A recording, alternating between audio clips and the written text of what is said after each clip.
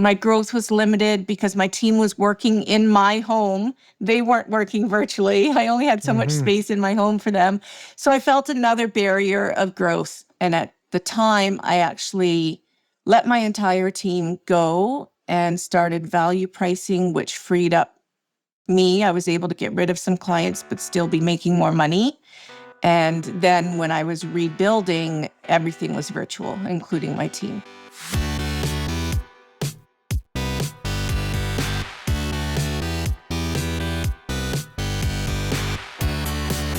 You're listening to The Successful Bookkeeper with your host, Michael Palmer. Listen each week as inspiring guests share their secrets of success to help you increase your confidence, work smarter, and build a business you love. This episode of The Successful Bookkeeper is brought to you by PureBookkeeping.com, the proven system to grow your bookkeeping business.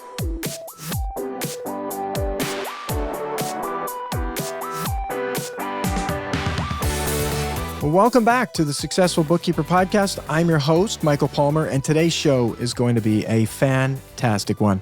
Our guest is the owner of Beyond Bookkeeping Business Services, and she's a Pure Bookkeeping licensee, Kimme Lafayette. Welcome to the show. Thanks, Michael, and hello, everybody that's listening out there. Yes, and this has been a long time coming because Kim and I have known each other. I think it's like 2014 That's when I started my business, and I remember attending one of your sessions in person in Toronto in my very early days. Yes, very early days. I think it was like late 2014. Is when we connected, and so that's 10 years ago. It sure is. By my math. I celebrated my 10-year anniversary in February. That's right. So this is it. We may have met actually. Yeah. We're almost like on the exact 10-year anniversary, having met and at that seminar, and that was up in. I believe just north of north top of the city. Yeah, somewhere. I think we were in Richmond Hill or something. Hill. That's Markham, right. Up the north end. Well, happy anniversary, Michael. Happy anniversary. Well, back in the day, I would go out and I would do these live seminars and all that, and that's just gone the way of extinction because now everything's so digital. It's rare that I get to see anyone live. And then we were just saying you were in the same room downtown Toronto with Mark Wickersham. You were presenting there for his session that he did, and we didn't even get to catch up there because there were so many people trying to catch up with everybody, and so it's just kind of bizarre. But it's great to have you, even though it's digital. It'd be so much more fun to do it live. But let's start off by having you let our listener know who you are, what you've been up to, and maybe start with how you ended up doing what you're doing today. Yeah, well, I guess the short version is I ended up doing it because I loved it. My heart spoke to me way back, kind of guess my age from this, but over 30 years ago, I went to post-secondary school to be an accountant. And hated that, dropped out, ended up working in a different industry for 20 years. And over the 20 years, I kept doing little night school courses or weekend classes. My heart was always drawn to working with numbers still. And I came across a program that was 6 months long to study bookkeeping rather than accounting, so a little bit different. And fell in love with that. And so did that 6-month course, worked as an employee bookkeeper at a firm for about 5 years, and then went out on my own, coming up on 11 years with my company now. Wow. That's an amazing journey. And I'm curious, you started with accounting, didn't like that, and then you went to bookkeeping. You found that you loved that. Looking back, what was it that had you love bookkeeping over accounting? Looking back, I don't know that I could have explained it at the time, but when I explain this to people now, I feel like as a bookkeeper, I have more of a pulse on my client's business and am able to aid them more. Not that there's anything against any of the accountants out there. I work very closely with all of them, but my clients give me feedback that they only talk to their accountant once a year at tax time, or maybe if they need some tax planning advice. Whereas me, they talk to weekly or monthly or whatever. And I find I'm more their first line of question or their first line of defense, and the accountant is second. And I like that extra involvement that I have. It just feels a bit more of a relationship to me than what accounting felt like. Interesting. Well, your clients are lucky to have you, and it is common. It's not the first time I've heard that. Bookkeepers have such great relationships, close relationships with the owner, and that provides not only financial advice, but also sometimes a little bit of therapy and right, Gosh, therapy. mental health for business owners. I Speak went to your through a bookkeeper. lot of that. Real quick segue. I know Yeah. you're probably going to have another question, but talking about therapy, my niche market prior to COVID was travel agents. I did a lot of therapy as one by one my clients went out of business during that time. Wow. So Yes. yes, very much a therapy relationship. Yeah. Wow. Well, good for you for being there for them and trying times. And that's why I love what I do, getting to meet people like you and help support people like you to help business owners, because they are the lifeblood of our communities. And so, yeah, getting back to where you were, you found bookkeeping, you worked 5 years, and then you started your own business. Let's talk about that. Tell the journey. How did it come up? Why did you have this crazy idea of working for yourself? Crazy. How did that all come We together? all. It actually happened by accident. It wasn't intentional. I was working for a seasonal business, landscaping, and they made the decision to make all of their full-time staff part-time. And we had the choice of being part-time or being a contractor. And either way, I was losing the benefits of being an employee, like having a health plan and stuff like that, and losing the hours of work. I chose to go the contractor route and open my business. They naturally just evolved to being my first client. And they actually dictated my rate to me. They just basically took my annual salary, divided it by the 40 hours a week that I had been working, and said, this is going to be your hourly rate that we're going to pay you. So I didn't have anything to do with pricing or anything. And the accountant for that firm, when he learned of the change, quickly referred me to another client he had. And at the time, I was still working on site.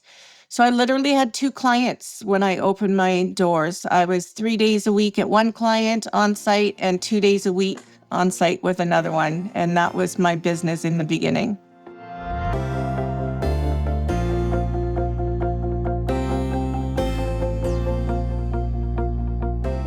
Wow. And so instant clients, instant business, and starting off with, as we'll get to when we start talking about pricing, starting off with already a broken spoke on the wheel, because your client dictated the price, which I'm sure is not textbook, but it is probably textbook, because most times that's what happened. Either they said it or that calculation of, well, I'm making this much, so even if I made a little bit more, you feel like you're winning, when really it's not a sound formula for creating pricing for any business. So you had these 2 clients. How did it go? It went great. I had that model, I want to say about 1.5 years, close to 2 years. And that's when I was in Toronto. I was starting to feel the pinch of rush hour traffic and driving to these 2 different clients that were on different ends of the city. I hired a team member and set them up in a home office at my place because I just wasn't getting the work done on time. So I hired them to help me with some stuff. We were using QuickBooks Desktop at the time still. So I hired them to start helping me move with some stuff, and in gradually being able to shift to doing a little bit of stuff virtually using desktop sharing programs, I realized that it really opened my eyes to a whole new model that was available. And it didn't take me long after that to switch. Lovely. So for you, you had the clients. What was the first barrier or roadblock that you experienced when you were growing your business? What was the first thing that you sort of said, oh, this isn't working? Definitely the pricing and the working on site for an hourly rate. Being just one person, having that rush hour traffic to deal with, having limited hours in the day, I very quickly reached a maximum cap of what my earnings could possibly be with that type of format. So that was the biggest barrier that kind of came up to me. Like I said, about a year and a half or so in, I was getting burnt out. I realized it wasn't a good model. I realized, my business wasn't going to grow. I was essentially being treated like an employee still by the first person that I did work for. Nothing had really changed with that relationship. So that's the first obstacle that I really needed to overcome. Okay. And what did you do about it? When I hired the first team member, that definitely helped. Obviously, I didn't have a different revenue model to be able to afford that person right away. So my personal income started going down because obviously I was paying them. I had started researching value pricing. I was following a lot of people, Ron Baker and Mark and Rhonda Lynn and stuff, but I wasn't really doing anything. I had actually joined Mark's Academy at one point, but wasn't doing anything, was just absorbing information. And I quit the academy, tried doing it my own way still. I had gradually been increasing my hourly rates as new clients came on. I was gradually increasing team members, gradually shifting to QBO instead of desktop. All of these things were happening little by little. I got up to a team of 3 staff. The rest, I still had the 2 on-site clients that I was personally looking after, but any new clients that came on were virtual and my team was looking after them. Still hourly rates, but whereas my initial hourly rate was, I want to say 20 or 25 an hour, as new clients were coming on and confidence was growing, I was up to around 50 or 60 an hour, a year and a half, 2 years in. So I was able to afford the team and stuff at that point, but still felt that my growth was limited because my team was working in my home. They weren't working virtually. I only had so much space in my home for them. So I felt another barrier of growth. My home was getting too small for us. And that was the next step that I needed to take to grow. And at the time, I actually let my entire team go and started value pricing, which freed up me. I was able to get rid of some clients, but still be making more money. And then when I was rebuilding, everything was virtual, including my team. Okay. Very interesting. And so you said the staff was a barrier, so home was too small, but you let go. Instead of continuing to expand from a volume perspective, you got rid of people, got rid of clients, and then charged more for the clients that you had. Through that process, were there some hurdles? Did it go well? What were some challenges? It's a big change, letting people go, all that stuff. It must have been difficult. Yeah, and again, just like how my opening my business was kind of an accident, the letting go of my 3 team members also kind of started as an accident. My senior person, who kind of supervised the other 2, gave me his notice. He had been with me for a couple of years and he gave me his notice. He had been dabbling for a while in the stock market and had decided he wanted to make a career of that. And so with him leaving, I felt I didn't have the time to manage the other two people myself.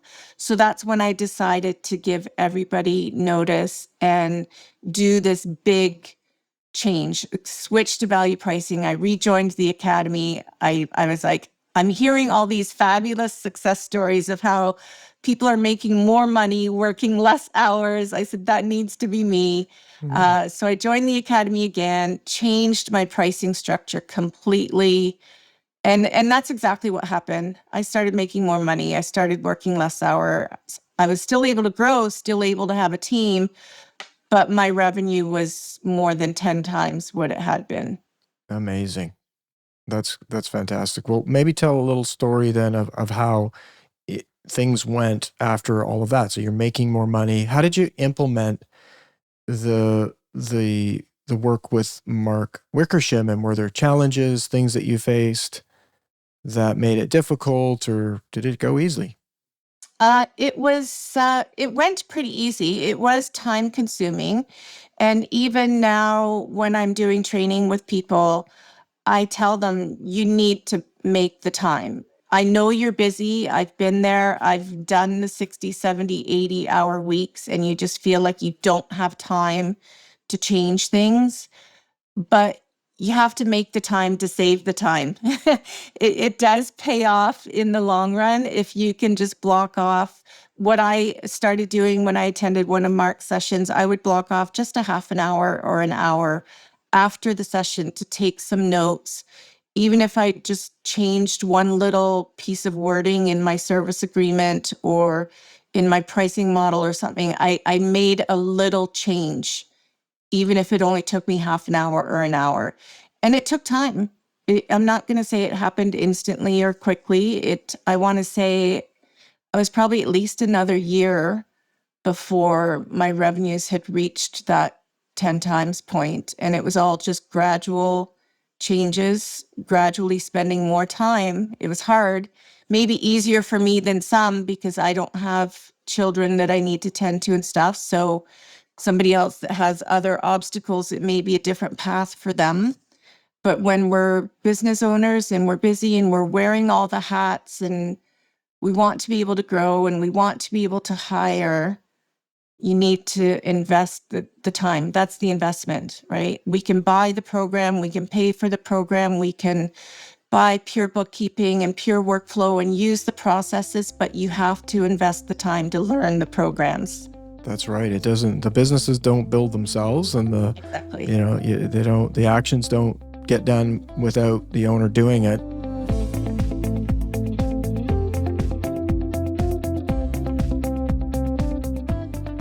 You had said you had investigated for a while, and there's a lot of people out there that look at things and they don't take action. They don't have the time, but I think it's also, there's a piece there which, if you're looking back, can you identify what was it that had you not take the action with the pricing? Was it just the time, or do you feel like there were other things that held you back when you finally made the decision to do it? Yeah, that's a great question, Michael. It's going to make me a little vulnerable in the answer here because I'll admit that I was afraid. There was definitely a fear component. You tend to sit in a pool of comfort when things are running well without problems. And, you've got great systems and processes in place. And now you make a decision where you want to throw this tornado around you and just upheave everything. That's pretty scary. And so it took me some time as well to face that fear. It was a mental adjustment.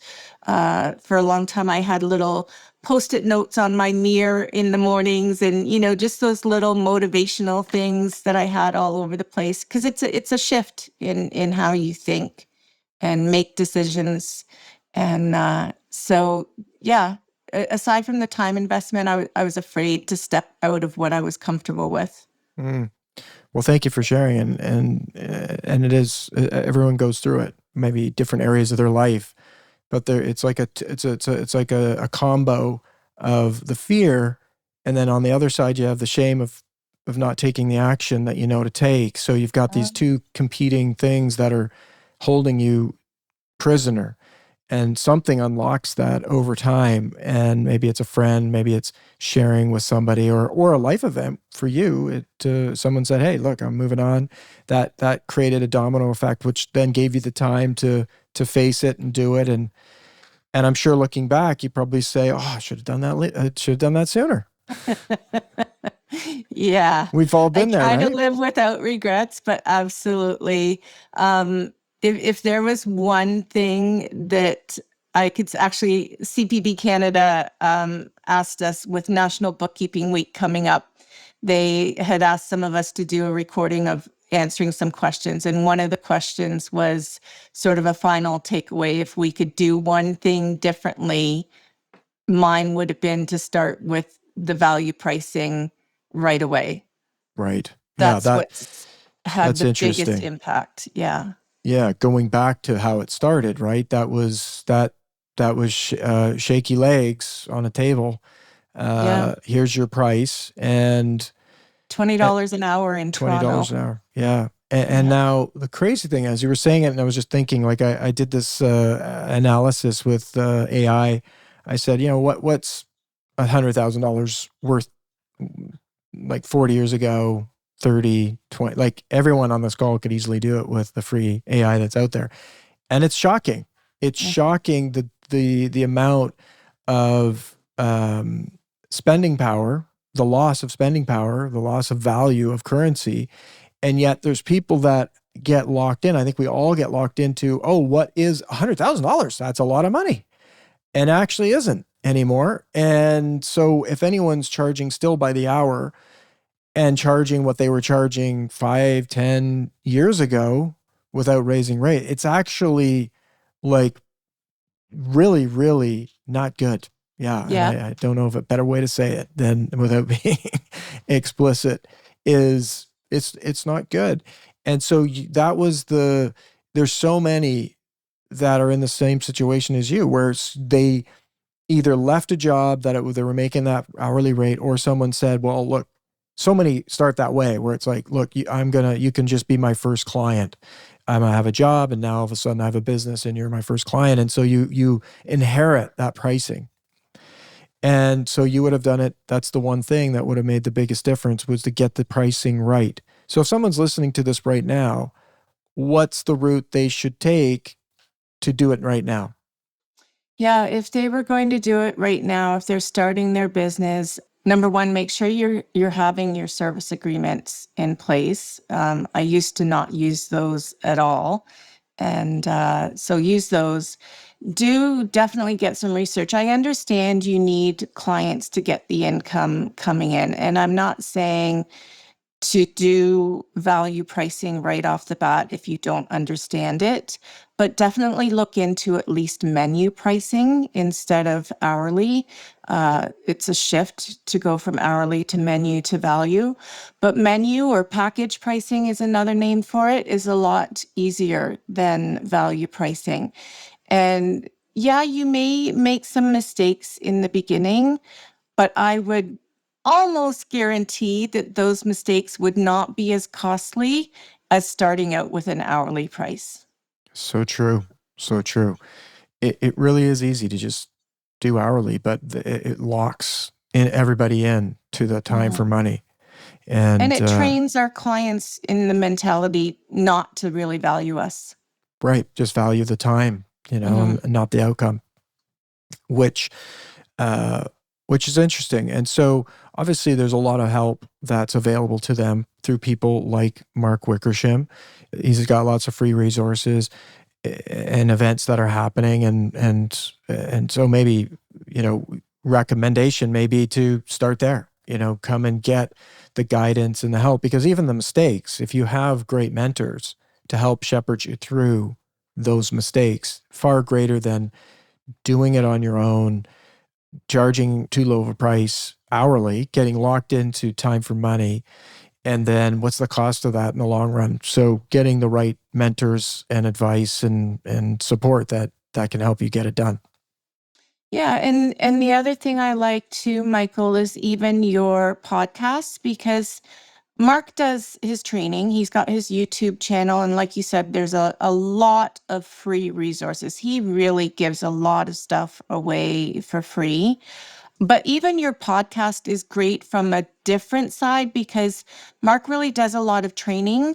Your podcast is really talking to business owners that have been through it, that have done it. They've been in the weeds. So they've come out the other side of the training. So Mark gives us the training, and then you talk to us after we've had the training. That's right. And share our stories. So I think the two go really well hand in hand. And of course, your podcasts are free also. So people can absorb that content too. They are. If you're listening now, thank you for listening, listener. And there's no payment form required for this podcast. So yeah, and well, the funny thing is I talk to them often before, during, and after, which is always interesting. Like yourself, I've known you for 10 years. I've seen you going at it and figuring things out, and very involved in the Canadian Professional Bookkeepers of Canada. Hopefully I got that. Certified Professional Bookkeepers of Canada, CPB as it's called. And so I would imagine that's another key piece that maybe we should talk about is community. You're very involved with that association. Talk a little bit about how that's helped you and how it's made a difference. Oh, are we on cam? Can people see, like, if I do a little heart symbol? Yes, they can. Yes. Oh, wonderful. CPB Canada, one word, tribe. I found CPB Canada and Pure Bookkeeping around the same time, both within that first year of my business. I didn't intentionally search for Pure Bookkeeping. I didn't know it existed and found it. I did intentionally search for an organization that I could join that had a certification process and education and stuff like that. And at the time of searching, it was IPBC back then, the Institute of Professional Bookkeepers of Canada. And there was them and a couple other organizations available. I chose them specifically because of an educational component, and am happy that I did. But they've actually now amalgamated with some of those other organizations that were here before with their own growth. And of course, now they're CPB Canada. But the feeling, you've been to our Ignite conference, you've seen, we all work virtually. It's why it's so hard to connect in person, because everybody's talking to you and you're talking to everybody. And the feeling, the energy, tribe. It's my people. I love it.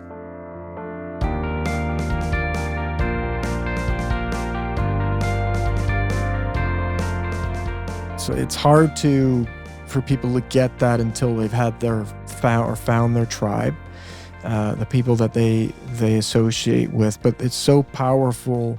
I haven't used this quote in a while, but the books you read and the people you surround yourself with are what you will become in the next 5 years, right? And so if you're not hanging around anybody, you're not consuming, and I say books, but that's an old quote, it's content, information, YouTube, all of these new ways to learn, audio books, all that good stuff. But it's the people you surround yourself with. And so the CPB provides an incredible community of like-minded people with resources and things that help. And it's like, those people are committed to excellence, committed to growth, committed to doing things right. And so what better place if you're Canadian? Unfortunately, there is no CPB in the United States, but if you are listening and you are in Canada and you're not a part of that, then this is the organization in Canada, the one to belong to. So many of us work alone, even if we have a team or if we're an employee at an organization. A lot of times, unless you're working for big business, the bookkeeping department is a small department. You might be the only bookkeeping employee at a company. And being able to have this membership with CPB and just meet people and go to conference or even attend the conference virtually as well, the webinars, the education, I can't say enough good stuff about them. Lovely. Lovely. Well, this is great. I'd love to open it up to you if there were other things that you think were critical in your business journey. Looking back, some key things that, hey, I mean, obviously you've given some really great ones. The pricing, belong to a great organization that can help you find your tribe. Anything else that you would recommend? A big recommendation would be to stay adaptable and don't sit in that comfort zone with things that are happening on our technology front and AI. Things are changing so rapidly. We're often confused by it and catching up and trying to stay on top, even more so than our clients, because we have to be able to keep them comfortable and keep them up to speed with it as well. So I think being ready to change your processes or adapt to processes, finding new efficiencies, that it's a constant growth. Your business, even if you're happy with the level that you're at and the revenue level that you're at, and you're not looking to grow or expand, things will still change and evolve with your processes and with technology. So I think it's really important to be open and accepting to that. I see a lot of posts on Facebook with some frustration and things when things get changed that we don't necessarily want to get changed. But I don't think they're done intentionally to upset us. I think these vendors that we work with and the software providers are trying to help us be more efficient. They just don't always maybe understand our industry the way that we do. So I think that tolerance level is important to have, and patience, and an open mind. Yeah, very well said. And it's true. The rate of change in all things, it only gets faster. And, the apps that we use, I mean, you probably use a good couple handfuls of apps, and they all have teams of people working away, trying to make it better, trying to make it faster, trying to do something. And so with that, that's why the rate of change. And you add artificial intelligence to that mix, and what other else next that comes, spaceships to Mars, whatever, it's going to change. And so it's a hard road to, and especially in this day and age, there's no holding back this ocean. Yeah. I like that quote. And if you do try, you may find yourself underwater. Yeah. So, well, I'm an underwater person, Michael. So okay, there you go. There you go. Well, you know what? It's great having you, Kim, and just lovely to catch up with you. Lovely for you to come and share your journey of your business and some of the success secrets.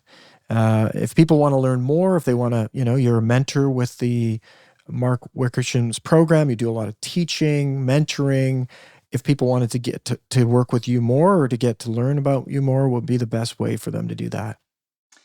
Best way is either visiting my website and contacting me there, or emailing me directly. I think when you post this, we'll have the links. You got it. Yeah, yes. You can put a link. So I do one-on-one coaching with people. I am, of course, a trainer in Mark's program and train on different topics there, especially effective pricing, which is the software that he uses to do value pricing with. And then I love even in my previous bookkeeping career, I've always done an aspect of teaching and training and sharing knowledge, and that's what excites me. I don't do a lot of the day-to-day bookkeeping in my business. I do teaching and training, and that's what really lights my fire. And that's the part I enjoy. So that's great. Well, it's just fantastic, Kim. You've built a wonderful business. You're doing some things that you love to do, and that's remarkable. And congratulations. Thank you. It was wonderful to see you. We do absolutely have to commit to talk in person. The next time we pass each other in hallways, I'm going to grab you. Exactly. Just take the opportunity when it presents itself, and I will do the same. Because literally, it was like I was looking over it and I want to go say hi to Kim, and the next thing you know, you're gone from there. And, that's what happens. Likewise. So you got to Yeah. say, hold on, let me go say hi to Kim. Yeah, likewise. Wonderful. So, Well, I want to thank you for being on the show on behalf of our listener. Thank you for your generosity and for coming on and sharing your story. thank you for inviting me. It was great to come and talk with everybody. And I like sharing. So it's been wonderful. Beautiful. Well, with that, we wrap another episode of the Successful Bookkeeper Podcast. To learn more about today's wonderful guests and to get access to all sorts of valuable free business building resources, you can go to thesuccessfulbookkeeper.com. Until next time, goodbye.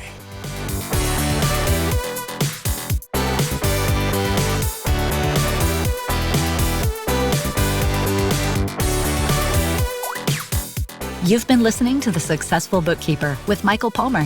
For more information and to download the resources mentioned in this episode, please visit us at thesuccessfulbookkeeper.com. Thank you for listening.